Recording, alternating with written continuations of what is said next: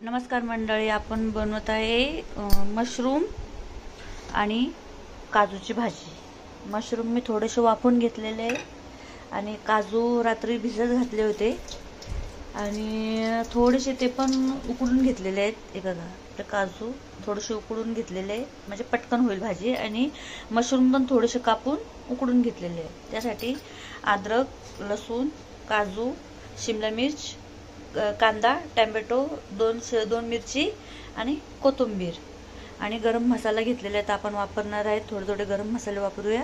आणि आता हे वाफवून घेतलेले आहे। आता आपण हे सगळं ग्रेव्ही करून घेऊया, मिक्सरला बारीक करूया। काजू, टोमॅटो, 2 हिरवी मिरची, लसूण आणि अद्रक आपण घेतलेली आहे आणि थोड्याशा काड्या आहेत ना ह्या कोथिंबीरच्या, थोडीशी टेस्ट येते त्याला, म्हणून आपण थोडंसं टाकूया राहिलेलं आहे। ओके, आता हे आपण बारीक करून घेऊया। आपण आता कढई ठेवलेली आहे। आपण थोडंसं तेल टाकूया, कारण की एवढंच टाकायचं आहे तेल, कारण की याच्यामध्ये बटर येणार आहे आणि थोडंसं तूप टाकायचं आहे। तूप असलं तर चालेल आणि असलं तर म्हणजे थोडं टाका, तूप थोडंसं टाकायचं आहे, तूप जास्त नाही टाकायचं आहे, त्याने करून स्वाद चांगला येतो आणि हॉटेलमधल्यासारखी भाजी मिळते। आपण आता थोडंसं अमूल बटर टाकूया त्याच्यामध्ये, बटर टाकूया थोडंसं, बटरने एवढा स्वाद येतो, छान लागते जरा खायला थोडंसं। आपण आता कांदा घेऊया, कांदा टाकूया आपण, कांदा, शिमला मिर्च टाकूया, एकदाच फॅन चालू करूया, नाहीतर बटर टाकल्यामुळे त्याचं काय होईल,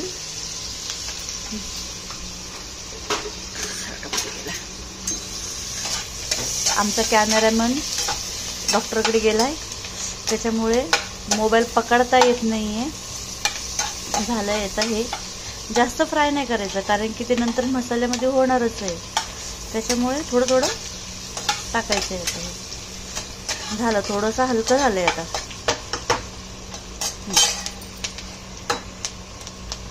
छानपैकी झाले। थोडंसं जिरं टाकूया, हातानेच टाकणार, कारण की आता कॅमेरा एका हातात पकडलाय, चमचा कोण पकडणार। हे बघा, खडा मसाला घेतलाय अख्खा, थोडंसं जिरं पण त्यात टाकलेलं होतं ऑलरेडी। खडा मसाला थोडासा परतून घेऊया। काल माझा बाळा बोलत होता, पेड़ पौधे डालेंगे क्या इसमें, ये देखो तेजपत्ता टाकल्यामुळे त्याला काय वाटलं कसली पानं आहेत असं। थोडी दालचिनी घेऊया आपण, थोडीशी दालचिनी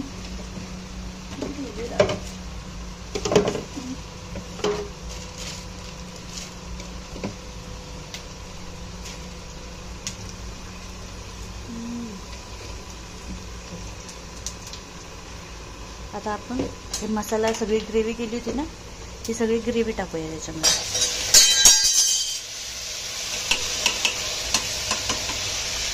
सगळी ग्रेव्ही टाकूया त्याच्यामध्ये, ग्रेव्ही थोडीशी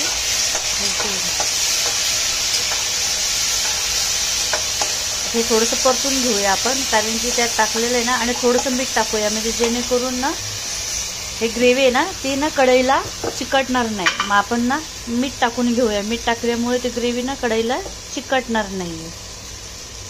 मीठ टाकलंय आपण थोडंसं, जेणेकरून मसाला पण जास्त छानपैकी फ्राय होईल आपला। थोडं दूध टाकणार आहेत आपण नंतर त्याच्यामध्ये।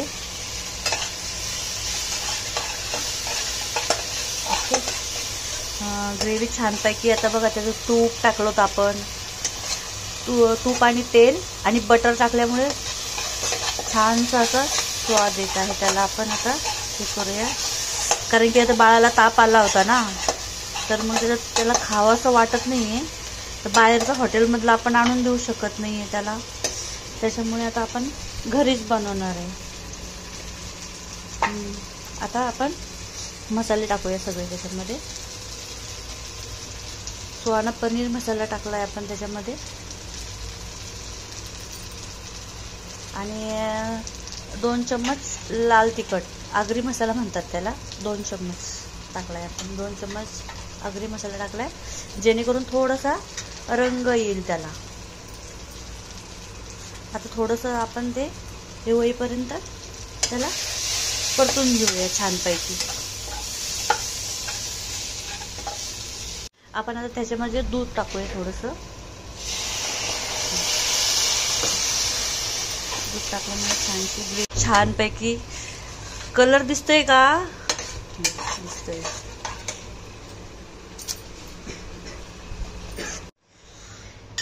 आता आपण झालेलं आहे ऑलमोस्ट ग्रेव्ही तयार. आपण आता याच्यामध्ये काजू टाकूया.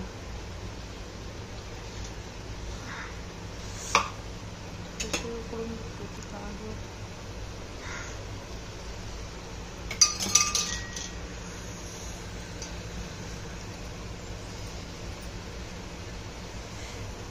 रात्री भिजत घातलेले सकाळी.